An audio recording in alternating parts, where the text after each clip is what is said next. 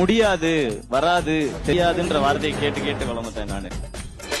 நாளை நாளை நாளை என்று இன்றை இழக்காதே, நீ இன்றை இழக்காதே, நீ இன்றை இழக்காதே. இன்றை விதித்தால் நாளை முளைக்கும், அதை நீ மறக்காதே, நீ அதை நீ மறக்காதே, நீ அதை நீ மறக்காதே. நேற்று நடந்த காயத்தை எழுதி நியாயத்தை விடலாமா? நியாயம் காயமா? வெற்றியா தோல்வியாங்கிறதெல்லாம் முக்கியம் கிடையாது. நம்மளை பொறுத்தவரை முயற்சி எடுக்கணும், அதுதான் நமக்கு பெருமை. அவ்வளவுதான். எந்த ஒரு காரியத்தை எடுத்தாலும் அதுல நம்ம சக்சஸ் பண்ணுவோமா நமக்கு தெரியாது. நம்மளுடைய உழைப்பை 100% நம்ம கொடுத்தோம்னா அதுக்கான பலன், பெர்ஃபெக்ஷன்ங்கிறது எல்லாரும் பண்ண முடியாது. ஆனா பெர்ஃபெக்ஷனை நோக்கி போகும்போது நிச்சயமா எக்ஸலன்ஸ் கிடைக்கும்னு சொல்லுவாங்க. அந்த எக்ஸலன்ஸே நமக்கு போதும் வாழ்க்கையில சாதிக்கிறதுக்கு. பெர்ஃபெக்ஷன்லாம் வேண்டாம்.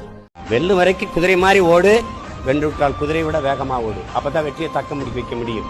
நீ இனிமே குதிரை விட வேகமா ஓடு, அப்பதான் உன்னுடைய வெற்றியை தக்க வைக்க முடியும். அவங்களுக்கு சொல்லிடு, நான் வந்துகிட்டு இருக்கேன். ஆத்தங்கரையில துணி துவைக்க போட்டிருக்கிற கல் இல்ல அது. அந்த கல்லுல அவனோட உருவத்தை செதுக்கியிருக்காங்கன்னா